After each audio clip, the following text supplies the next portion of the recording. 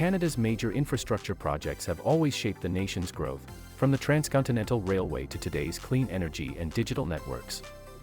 But financing them raises a question of fairness: who should pay for assets that will last for generations? This presentation explores how borrowing for nation-building projects can promote intergenerational equity, ensuring that costs and benefits are shared fairly across time. Yes, borrowing to fund nation-building infrastructure enhances intergenerational fairness.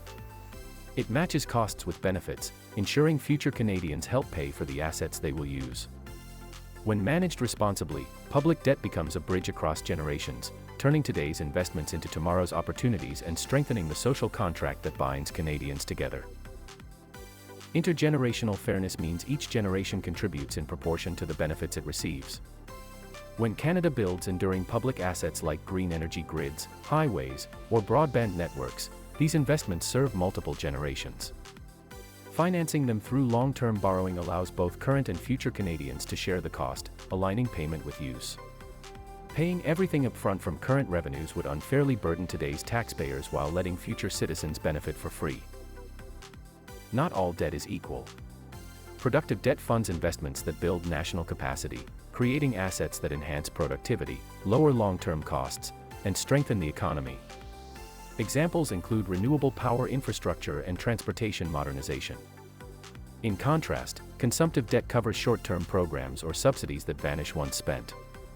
Only productive borrowing meets the test of intergenerational fairness because it leaves something of enduring value for future Canadians. Economists agree that capital projects with long-term public benefits should be financed through borrowing. This spreads repayment across the asset's life, ensures fair cost sharing among future taxpayers, and takes advantage of historically low interest rates.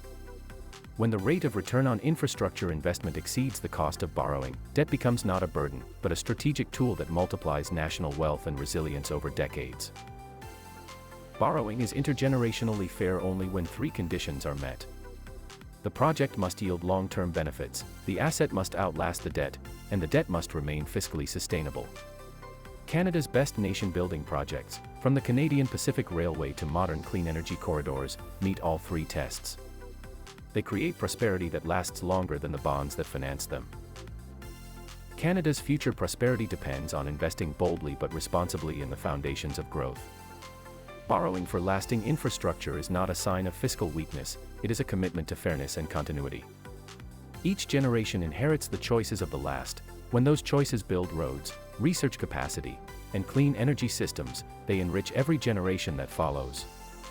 By treating debt as a tool for shared progress rather than short-term relief, Canada strengthens both its economy and its moral duty to the future. Blanchard's 2019 study in the American Economic Review explains why public debt can be sustainable when interest rates are low relative to growth.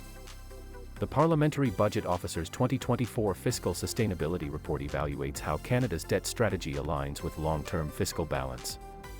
The OECD's Implementation Handbook for Quality Infrastructure Investment, 2021, provides practical standards for ensuring infrastructure spending remains equitable and forward-looking. Viewers can pause here to review the full citations and follow links to the source material. There is more fact-checking information to discover.